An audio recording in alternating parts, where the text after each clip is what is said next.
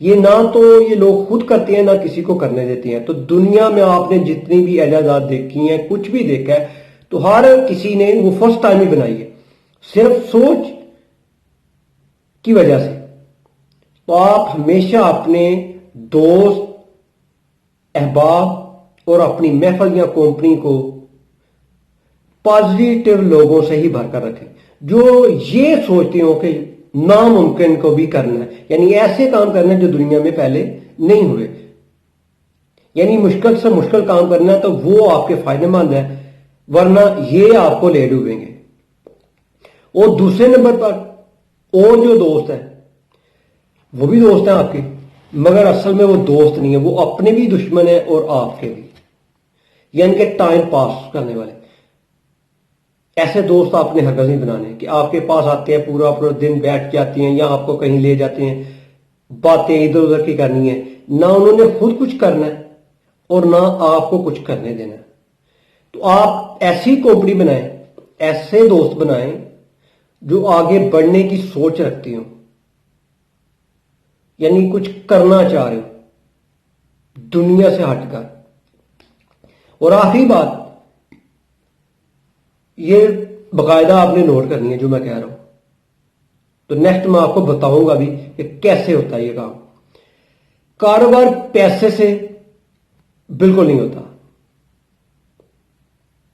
پیسہ چاہیے مگر بالکل یہ پیسے سے نہیں ہوتا، ورنہ لوگوں کے پاس اتنا پیسہ ہے انہیں سمجھ ہی نہیں آتی. گاؤں دیہات شہروں میں لوگ بیٹھے ہیں، بینکوں میں رکھ دیا، بس اس سے جو آ رہا ہے اسے کھا رہے. اور تعلیم بھی اتنی اہم نہیں ہے. تعلیم ضروری بھی ہے مگر اتنی بھی اہم نہیں ہے. اگر آپ ان پڑھ بھی ہیں تو پھر بھی کاروبار ہو سکتا ہے. تو کاروبار ہوتا ہے عقل سے. عقل آپ کے پاس ہونی چاہیے، شعور آپ کے پاس ہونا چاہیے کاروبار کرنے کے لیے.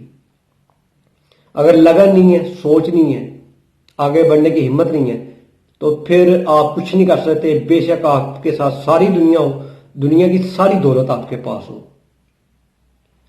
وہ کامیابی کی ایک ہی ضمانت ہے کہ جو آپ کاروبار سٹارٹ کریں اسے تسلسل کے ساتھ جاری رکھیں اور اس کام میں نئی سی نئی پروڈکٹ ایڈ کریں، متعارف کروائیں، دنیا کی ضرورت دیکھ کر وہ بناتے جائیں. مثال کے طور پر دیکھ لیں کہ موبائل ایک جیسی مگر کمپنیاں ہر بار بیچ رہی ہیں، 6 ماہ بعد نیو موبائل بھی بیچ رہی ہیں، مگر اس میں کچھ نہ کچھ کرتی ہیں تو لوگ خریدتے ہیں، وہ تعارف کرواتی ہیں اس میں یہ اضافی ہم نے ڈال دیا ہے، ورنہ پرانے موبائل ہی لوگ لے لیں گے.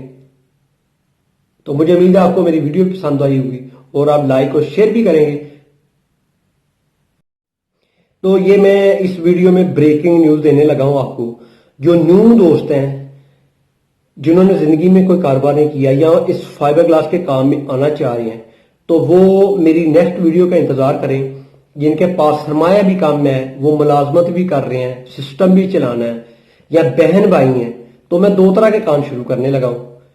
فائبر گلاس لرننگ اکیڈمی دوبارہ واٹس ایپ پہ چلانے لگا ہوں. اگر کوئی اس میں انٹرسٹڈ ہے، داخلہ لینا چاہتا ہے تو وہ بھی حاضر ہو جائے گا. مگر آپ نے پہلے میرا پلان دیکھنا ہے کہ نیکسٹ ویڈیو میں کہ وہ میرا پلان کیا ہے.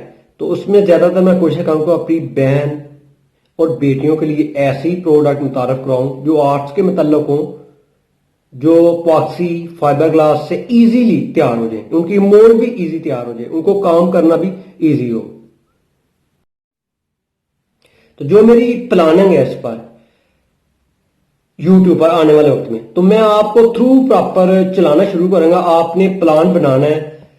میں اس میں کوشش کروں گا کہ میں پلان بنا رہا ہوں 1 سال کا.